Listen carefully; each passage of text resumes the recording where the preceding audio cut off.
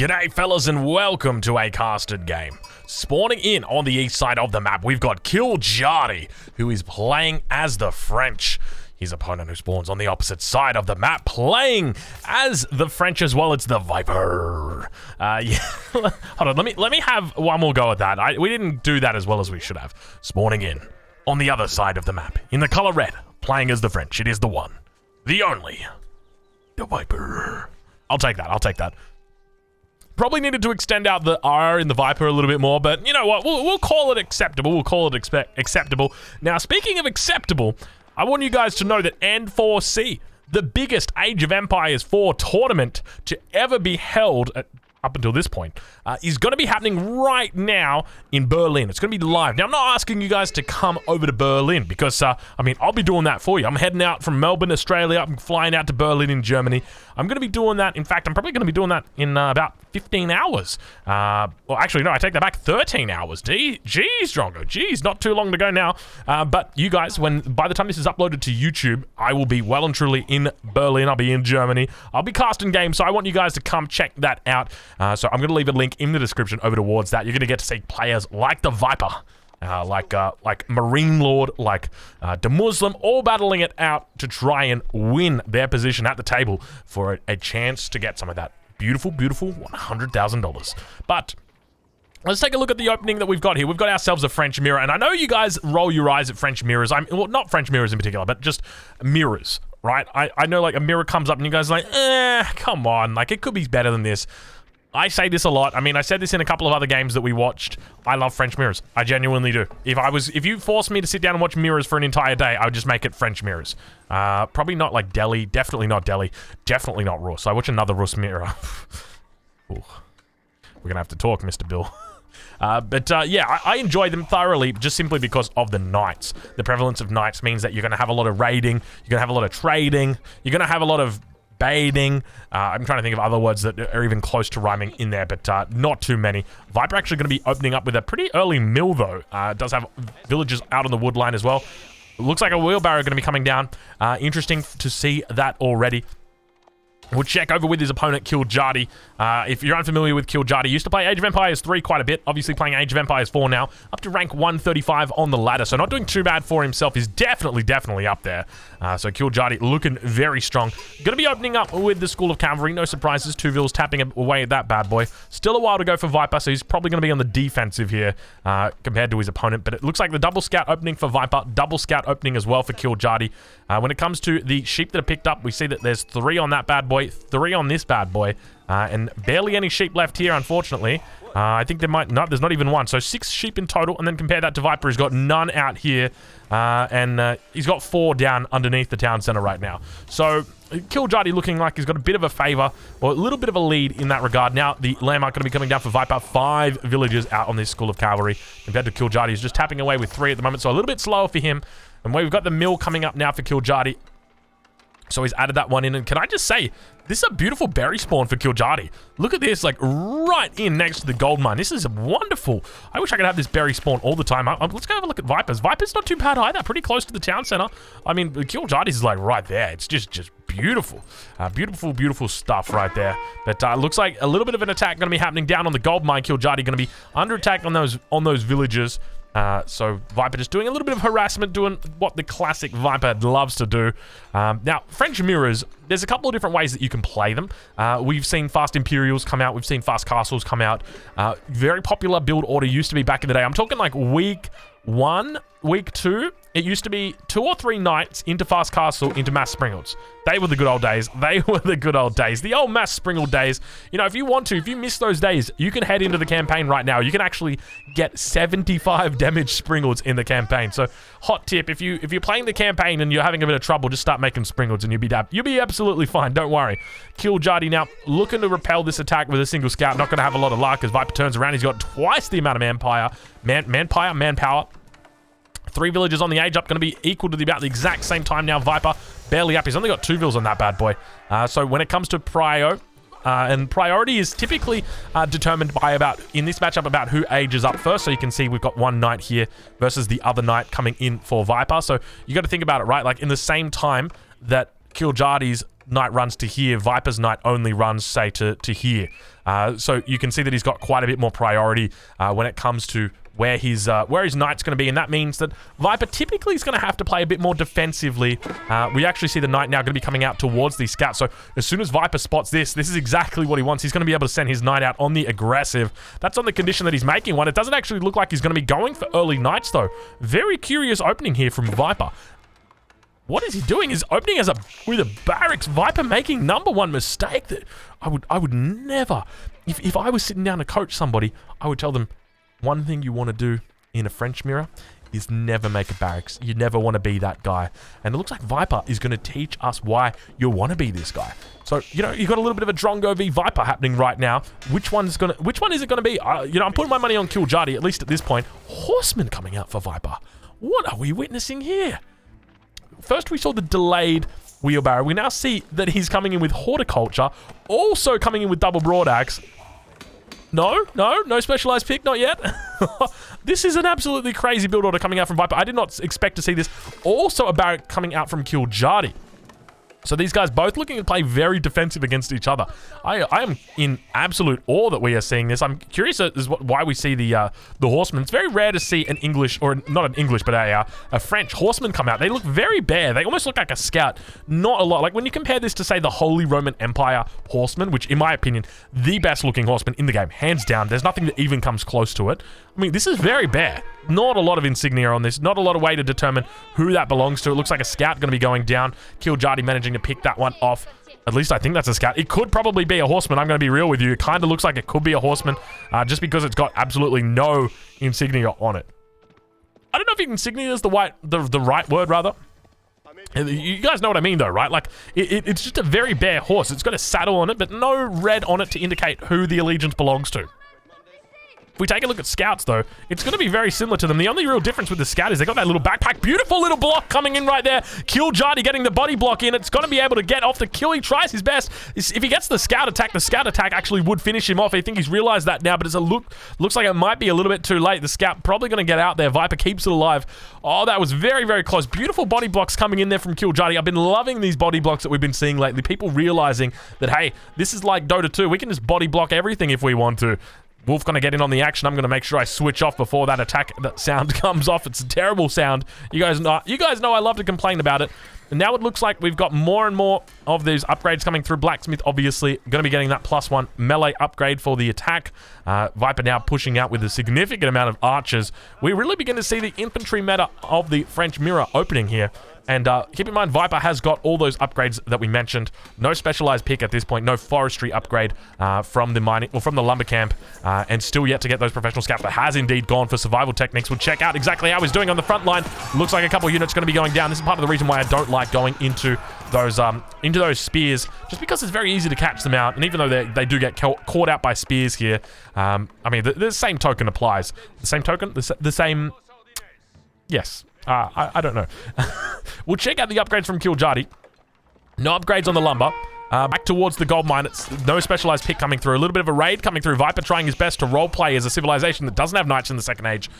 Mill, he's only got that wheelbarrow upgrade. No forest, no horticulture, no survival techniques at this point. Does have, obviously, the blacksmith down. Just got that standard +1 upgrade. Very, very good to get that as the French. Because remember, when you're playing as the French, you do get all of your melee upgrades for free. Your melee attack upgrades for free. But here's the kicker. You have to build the blacksmith. If you don't build the blacksmith, it's not going to research. Once you build that blacksmith, boom, straight away. Now, I believe you can actually delete your blacksmith. And even if you go up to the second, or rather, if you go up to the third and then the fourth age, you're still going to get the upgrades. I'm pretty sure that's how it works. Because it's essentially like a 1-0 thing. But looks like one of the villagers is going to be going down on that gold mine. At least that's what it looked like as it evaporated. Now, Killjadi moving towards the villagers on the stone mine and does spot out the stone mine, or the presence of the mining camp on the stone mine. Got to be a bit careful here. The villagers now getting caught out of position. A lot of spears in here. Going to be attacking against the spears that are already there. You can see the Royal Knight's going to be running past here. A lot of spears coming out for Viper at this point. He's going to be able to defend this pretty well. Doesn't lose any more villagers. So at the moment, Viper, or rather Killjadi, sitting on 33, 36 for the Viper. So he's up by a fair amount. Now he's working towards that second town center at this point in time, adding a few villagers onto a farm as well. An idle villager standing idly by underneath that town center, but he's going to be looking to expand out towards these positions. Potentially probably look to get in a town center. center down here would actually be not too bad. We'll see if he looks to go on for that angle. Horseman coming out, trying to do damage, trying to give old Kiljardi the runaround. But I tell you what, I'm not feeling it right now for the Viper. I really feel like Kiljardi's got a bit of an advantage here. Obviously, Viper's got the advantage when it comes to the economy. He's got the lumber, he's got double broadaxe in, he's got the wheelbarrow, he's got the horticulture, or rather the fertilization, survival techniques, a lot of these big upgrades, but Kiljardi definitely got the military that I want to see. But speaking of military, Viper going to be running in, picking up a couple of free knights right there. Oh, ladies and gentlemen, never something you want to be doing. If, you know, the best free thing in life, or the best things in life are free, but unfortunately when they're your own things, it's not that good. But when they're at Costco, and they're those nice little meatballs that they're serving, they're like, oh, hello sir, would you like a meatball? Hell yeah, lady, I'd like a meatball. Serve me up with 3, thank you. Kiljardi now expanding down towards the mill, towards the hunt. Got to be careful here. He's outnumbered significantly when it comes to his infantry. He's got a couple of archers in there, looking to get that 1-1-1-1 going. 1-1-1-1 going. That's a lot of ones. But you can see the knights are trying to get in on the battle. He's got to be careful to pull these back. One knight going to be probably going down. Indeed, it does. But looks like he's going to be able to clean up this mess that was made. Second knight going to be going down as well. So a couple good little trades in there for Viper, but Kiljardi still pulling ahead significantly. We'll do a bit of a stock take and see where these players are at the moment. 32-19 on Kiljardi versus Viper, who sits at 41-10. So a significant difference when it comes to the villager counts here. So Viper doing a great job of just constantly keeping the villager down, or the economy down, of his opponent, really putting on the hurt. The primary difference here is just going to be that military number. A lot of infantry now beginning to come out for Kiljardi, but I'm more and more beginning to feel like it might be in favor of Viper, just because of the lack of Royal Knights that he's got out. There were a lot of losses on those Royal Knights. So we lost 2 down here in this stealth forest. There was also a couple of Royal Knights that were lost up here. And I know you guys might be sitting there thinking, Drongo, that's not a big deal. They're only a couple of Royal Knights. Sure, that might be the case, but remember, if they manage to get away with 1 health, then you've just saved yourself an entire Royal Knight because of this bad boy right here. So let's talk a little bit about Viper as he drops down that second town center. Going to be going down on the gold mine, so not looking to expand out towards the second hunt that he's got out here. Playing it a little bit safer. Smart moves by him. And now another raid going to be coming in. Viper just really trying to delay his opponent, it feels like. Adding in that second town center. Now he's going to be spending a lot more resources on food. He's going to need to begin diversifying out towards this position. You can see an outpost with a mill. Going to be going down 11 villagers out here. He's got to be careful of those raids with only 11 villagers out there, only 1 outpost. It's going to mean that there's room for 5. All the other 6 are going to have to be out there and just, well, let's just put it this way. Musical chairs, you don't want to be the one who misses out. Viper now beginning to expand back out to this mill. A lot of farms beginning to go down. Viper definitely looking to play this a little bit more safe. My concern right now is that there is a window for his opponent, Kiljardi. And that window is going to typically... What are you doing here, Viper? Viper going to be deleting a couple lumber camps, it seems. And just keeping those ones in the front. So the window right now for Kiljardi is about the next 4 to 5 minutes. That is your typical window. Now, with the French, that window is a little bit longer, just because their villagers, they train faster, but you're investing more resources into it. Actually, I'd probably even say it'd be a bit shorter, now that I think about it, because the villager train time is that much shorter. So you're going to be rewarded more swiftly for having your second town center. But the big thing is that, ideally, he wants to avoid Viper getting up to the 3rd age and hitting him with a big mass of knights or mangonels. That's going to be the main concern that he's got. But now Kiljardi looking to put the hurt on. This is exactly what he needs to do. Now, Kiljardi obviously spotted out the stone earlier. He did see that Viper was on stone, and he'd gathered up about 200 at that point. So he knew that there was a second town center, and you can see he's coming right in at this angle. He knows where the second town center is. At least I suspect he does. Obviously, we've got the spectator bug at the moment. We don't know exactly what he sees, but he's going to be looking to focus down this town center. You can see textiles coming in right now. Viper realizes how important it is to get this in. Viper going to be looking to try and defend this second town center with the villagers that he's got. And unfortunately, putting the town center in the back rather than keeping it, or putting it in the front rather than taking it to the back, means that he's going to be on the front line here. Villagers need to be careful. The wood line going to get pulled in there. You can see all the villagers from that wood line getting pulled in. Now beginning to move towards the front line. A lot of units here for Viper will enter into the cinematic mode as we begin to watch these players try their best to win this game. Now Viper going to be in a bit of a tough position here. You can see the villagers managing to chase away the battering rams at this point, but keep in mind there are Royal Royal Knights running through the base of Viper at this point. There's a couple of spears that do come out to meet the Royal Knight, managing to clean that bad boy up as well. And at the same time, the Archer Mass looking pretty decent right now for Viper. The town center being worked on by those battering rams, but the villagers are out. They do have that textile upgrade. We saw Viper look to pick it up nice and early. He's going to be calling those back inside the town center and probably looking to be getting off a nice repair here. Viper does a great job of holding. Beautiful hold right there from the GOAT, from the greatest of all time. What a hold. Really impressive stuff. I genuinely thought that he was on the edge there, but obviously his villager lead now beginning to build up towards 20.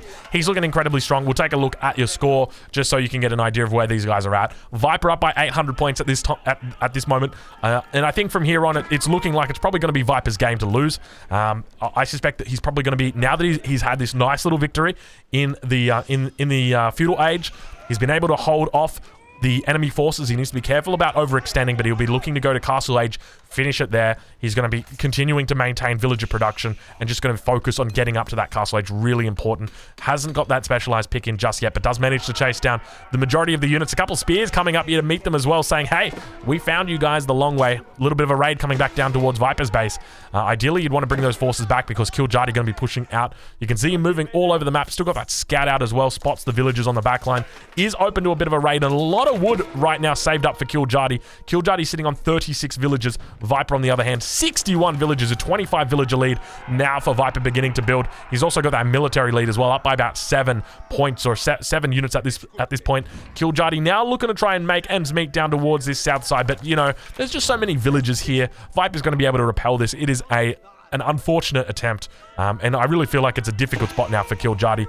So you're having a look at income per minute. You can see Viper is ahead on absolutely every single metric. You got about 500 here in the gold. I'll probably make that a bit bigger, 600, about 500 here in the wood, and then about 200 when it comes to the food. So you can really see the difference between these two guys and their economies at this point in time. Viper just ahead by an absolute country mile. Still yet to see any big upgrades coming through from Killjadi, unfortunately. I don't know how he can really get back into this game, honestly. When I look at this, I don't think there's any real way he can do it. Can't get out any units. A unit mass isn't going to work here. Viper's just going to be able to outmass him simply because he's got the higher villager count. Together with the second TC means he outscales. Viper would literally need to throw away his entire army to a mangonel shot. And it would have to be like a stealth forest mangonel shot. That's the only way that Killjadi could get back into the game at this point, in my opinion. Viper now going to be coming back towards the base, though. Went into the cinematic mode as he looks to clean up a couple of these units. Going to have no trouble doing that whatsoever. Huge mass now beginning to build for Viper, and you can see he's pulling out villagers as well as the battering ram tries his best. A couple of villagers going to be healing up the house. He doesn't even want to lose the house as he tries to work it through. You can see there, beautiful micro coming out from Viper. He just knows exactly what he needs to do in this situation to hold on, and he's doing such a great job. Beautiful infantry mass here. 10 spears, 34 archers at this point in time. We're going to look to see him getting up to that next stage very soon, I suspect, and looking to try and take control of this game. Probably going to be going for the guild hall, now adding in a couple more mills with a few more farms. Now he's already got 16 farms out, so he's going to be adding in just your 5 more farms here. Beautiful farms around the town center as well. And now going to begin pushing out towards his opponent's base. A little bit of a mistake here, honestly. I would say don't push out at this point. Ideally, you want to avoid pushing. Viper now going up to the next age. Guildhall being dropped down. Just a couple of villagers dropping that bad boy down. He does have more coming over to help out with that bad boy.